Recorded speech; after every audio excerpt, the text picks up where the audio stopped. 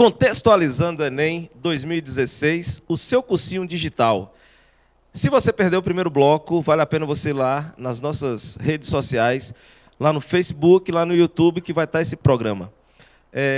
Nós estávamos falando sobre, demos uma passagem geral no Enem, e aí começamos a falar sobre a questão da água e a ecologia.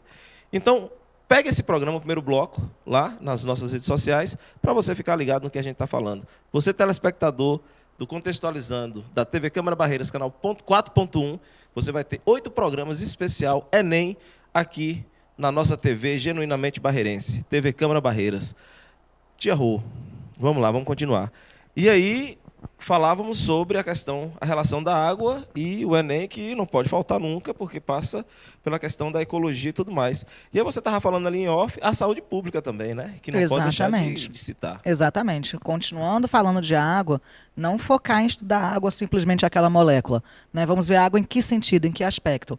A gente já falou que perpassa por toda a questão ecológica, a gente já falou dos impactos ambientais que acontecem. E aí, o que acontece nesse meio do caminho? A gente bate na saúde pública. A questão do saneamento básico, o Enem ele tem tido uma abordagem muito social, isso é fundamental.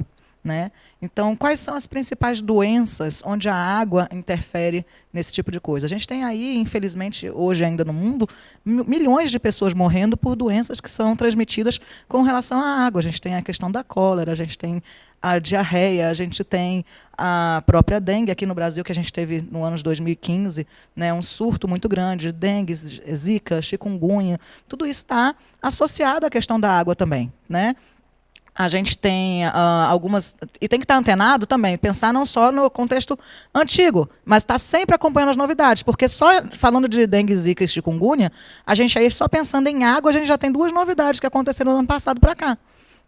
A primeira novidade é que descobriu-se que o Aedes aegypti ele não se reproduz apenas na água limpa, na verdade, já se viu que... Salobra, exatamente. Então, já quebramos aí um paradigma existente e agora as pesquisas estão apontando para que o pernilongo comum também seja transmissor dessas doenças, não apenas o Aedes aegypti. Então, a gente tem que pensar na forma de reprodução desse mosquito também, que envolve a água nesse processo também. Você, falando em ecologia, deixa eu só mudar um pouquinho aqui o rumo da conversa. Se a gente promovesse, por exemplo, a extinção do Aedes e do pernilongo comum, isso aí não poderia desencadear um desequilíbrio na cadeia alimentar ou não? Sem dúvida nenhuma. Sem dúvida nenhuma. Toda reação tem uma reação. Isso é fato, não tem o que se discutir, não é uma coisa biológica, é uma coisa química, física, que atinge todas as esferas. Então, isso aí também é algo para se discutir.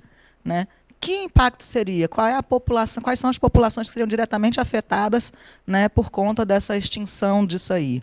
E em termos de adaptação, de evolução, quais seriam as possibilidades desses vírus sofrerem algum tipo de mutação, de vetor? Qual é a outra forma que ele está? Porque o vírus não seria extinto. Ele teria que ter alguma adaptação. Ele vai sofrer mutações iam acontecer e ele sofreria certamente adaptações para esse processo. Então, isso é uma coisa para se pensar, é bem técnica, mas é uma vertente de pensamento também, sem dúvida nenhuma. Não, é porque a gente, quando a gente fala em ecologia, a gente tem aquele negócio da cadeia alimentar, isso que é extremamente cobrado, extremamente cobrado. E aí daqui a pouco, calma, que daqui a pouco a gente vai falar sobre isso, a gente só está no segundo bloco. Eita. Vamos deixar aí a galera esperando, esse é o fechamento para você dar uma geralzona aí sobre a questão da ecologia. E aí a gente vê todos esses problemas acontecendo, como foi zika, chikungunya e a dengue também, não menos importante, mas aí você vai ver que se você tira esse mosquito ali, pode afetar alguma coisa nessa questão desse equilíbrio biológico do exatamente, sistema. Exatamente, porque essa questão do equilíbrio é fundamental. A gente fala sempre que o que acontece? Um ecossistema, quando ele está em equilíbrio, ele é autossuficiente. Ele se controla, ele controla as populações, ele tem um equilíbrio dele. Porém, quando tem alguma catástrofe ambiental, vamos colocar assim, algum fenômeno da natureza, ou, que é o principal que a gente tem como problema, a intervenção humana, tira esse equilíbrio. E retirar esse equilíbrio, ele vai obrigatoriamente causar impactos ambientais. E aí a gente já pode puxar outra vertente para discutir, Nossa, vai me dando pano para manga, se deixar eu vou conversar aqui até amanhã. A ideia é essa. Né? E a gente pode partir para outra vertente que a gente tem hoje, é uma visão fundamental que o pessoal fala muito, na sustentabilidade. Né? O que é a sustentabilidade? Por que é importante essa sustentabilidade? Porque a gente está causando impacto o tempo todo.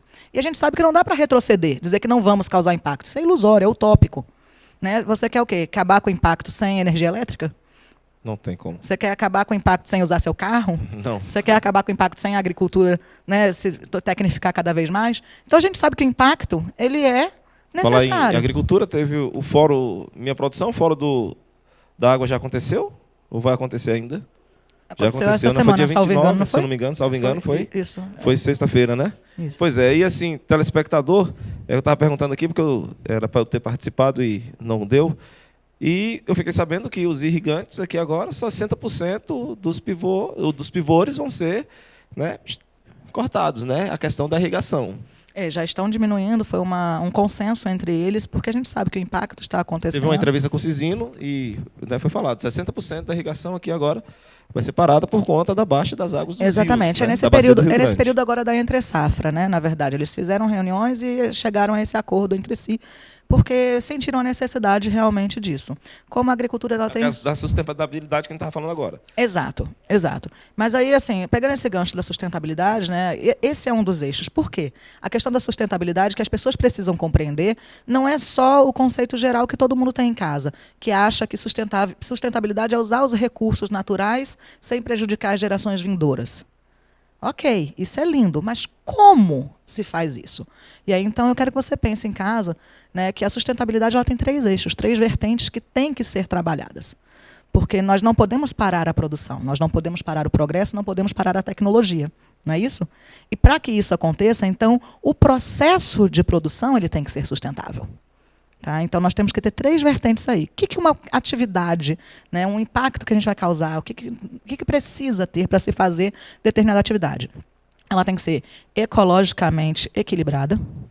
Então, é procurar causar o menor tipo de dano possível ao meio ambiente, né, mitigar esses danos, compensar esses danos. Então, vamos ter uma atividade ecologicamente equilibrada.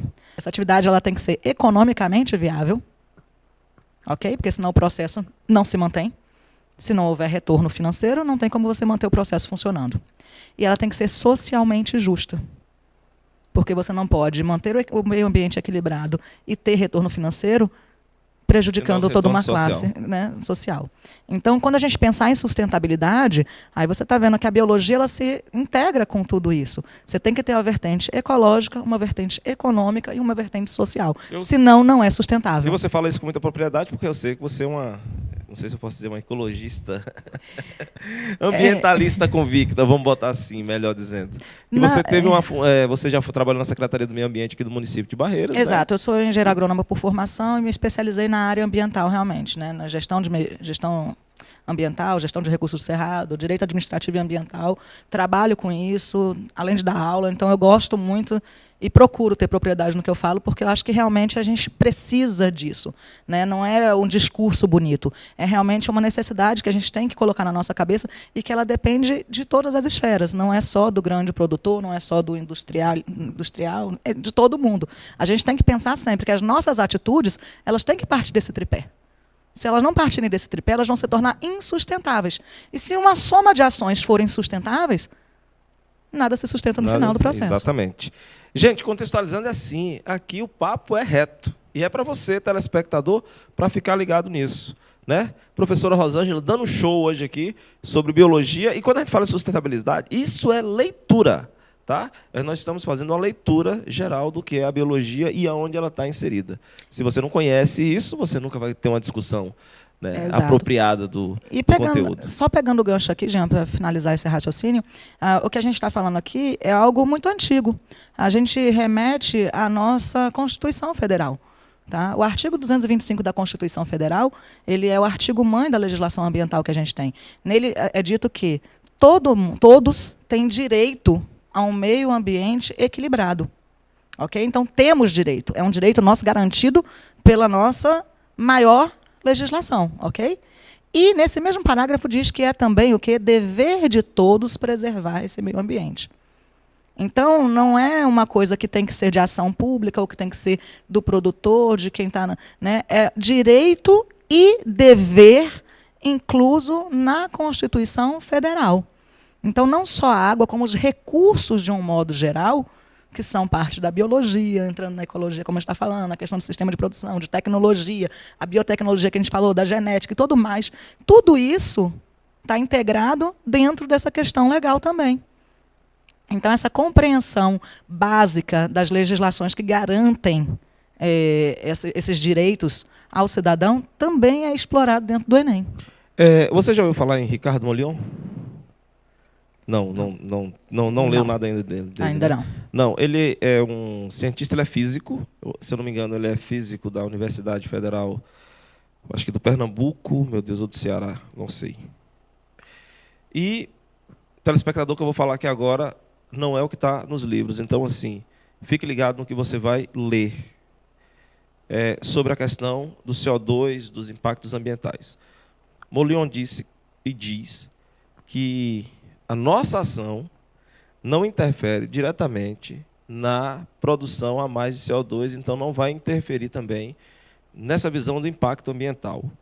Porque, basicamente, o que nós temos aí de emissão de CO2, ela é estável. Aumentou aí coisa de 1%, 2% em 2, 3 séculos. Né? Então, ele diz que o efeito estufa e tudo que está acontecendo não necessariamente é proveniente dessa questão do CO2. Eu deixo a dica aqui para você até dar uma lida, né, para você discutir sobre isso. É porque Ricardo Molion está vindo aí na questão ambiental, já tem uns 4 ou 5 anos, que ele está pegando pesado sobre isso. Diz que essa coisa da gente não produzir é justamente por conta de uma questão dos países produtores, grandes países produtores, que não querem que os países emergentes produzam, né? Na verdade, essa ideia não é dele, né? Eu não conhecia o Ricardo Molion propriamente dito, mas tem vários outros cientistas ao longo, né, Deixa eu só pelo mundo. esclarecer. Isso daí é uma tese do Ricardo Molion, não é o que está no livro didático. O que você vai estudar, o que você vai fazer lá no seu Enem, na sua prova, é o que está no livro didático. Não é nada do que eu estou falando aqui. Tá, telespectador? Isso aqui é só um index. Se vocês quiserem ler sobre ele, você vai ver que ele vem com a teoria que, de repente, pode, no futuro, ser considerada, né, uma teoria aceita aí. Mas, pois enquanto... tem vários pensadores com essa ideia já de que o efeito estufa, né, porque na verdade o efeito estufa em si ele é um processo natural. O que a gente está tendo hoje é um aumento do efeito estufa. Esse é o grande problema. Então tem muita gente que tem essa ideia de que realmente as ações não interferem. Olha, humildemente, Jean, vou lhe falar humildemente, com pouco conhecimento que eu tenho, vou falar pouco conhecimento porque o mundo é vasto e o que a gente conhece aqui não é nada. Mas com o pouco conhecimento que eu tenho, na minha interpretação, na minha visão de mundo, isso aí não tem como estar certo. Por quê? A emissão de gases de efeito estufa pode até não ter aumentado tanto como ele diz. Consideremos que essa seja uma verdade. Ok? Porém, o que a gente tem que entender na questão de manutenção do efeito estufa é a importância das florestas tropicais. Tá ok? Muito tempo atrás se falou que a Amazônia era pulmão do mundo, nananã. Isso é besteira. O cara que está antenado, que estuda hoje, sabe que não. Que o pulmão do mundo são os mares. Tá certo? É lá onde estão as algas que são responsáveis por quase toda a produção de gás oxigênio existente na Terra. Tá certo? Então, a Amazônia não é pulmão do mundo coisa nenhuma. Mas isso não quer dizer que a gente tem que desmatar a Amazônia. Não. Por quê? Porque a importância da Amazônia e de outras grandes florestas, né, na verdade, tem a ver com a questão da fixação do carbono. Os gases poluentes, né, os gases de efeito estufa, são gases à base de carbono, como, por exemplo, o gás metano, o monóxido de carbono e o gás carbônico, o CO2, que é o principal gás de efeito estufa que a gente tem. Tá certo? E o que acontece? Essas plantas, quando vão fazer fotossíntese, elas capturam o gás carbônico e transformam esse gás carbônico em quê? Em glicose. Luz do sol. Que a folha traga e traduz, né? Caetano já cantou isso aí. Isso. Né? Então, o que acontece? A gente está fazendo o quê? O chamado sequestro do carbono. Então, ela pega o gás carbônico que está na atmosfera e fixa esse carbono nela na forma de glicose, na forma de moléculas orgânicas. Tá ok? Então, as grandes florestas são responsáveis por tirar o excesso de gás carbônico da atmosfera. Pensa nessas grandes florestas, naquele tanto de massa, aquele volume de árvores. Imagina quanto de gás carbônico está fixado ali. Ok? Então, beleza. Então, se você está produzindo de um modo relativamente constante, porém você está desmatando na velocidade que você está, eu não enxergo essa conta fechando. A fixação não vai dar certo aí, né? A conta não fecha. Não fecha. Não fecha, que eu estou emitindo uma quantidade mediana, aumentando pouco. Mas eu estou desmatando miseravelmente, como está sendo feito. E aí, quem é que está fixando esse carbono? Caímos de novo na questão da ecologia, Exato. do desequilíbrio. Exatamente, e é ciclo cíclico, biogeoquímico, né? exato. Porque esse carbono vai ficar na atmosfera. O acúmulo desse carbono na atmosfera ele faz o quê? Eleva o efeito estufa. Aumentou a temperatura, vai mudar todos os ecossistemas, vai mudar toda a fauna microbiológica, nananana, e estamos lá de novo no urso polar, em cima daquele gelinho. Se equilibrando e vai. Exatamente, porque é cíclico. Lembrando, A palavra é né, que interação. falou que assim, o efeito estufa ele é essencial para a manutenção da vida na Terra. Exatamente. Sem o efeito estufa, as nossas temperaturas médias seriam de cerca de menos 30 graus. Dá para pensar na vida que a gente tem no nosso planeta com menos 30 graus em todo nosso planeta? Não tem. Não tem. Né? Então, o efeito estufa é um processo natural. Ele é necessário, mas ele é controlado por quê? A gente falou que um ecossistema em equilíbrio ele é autossuficiente. O que a gente está fazendo? Nós estamos alterando esse ecossistema, estamos tirando o equilíbrio dele. E aí? Pense nisso, isso pode ser uma argumentação para a sua redação. Já já a gente volta para o terceiro bloco.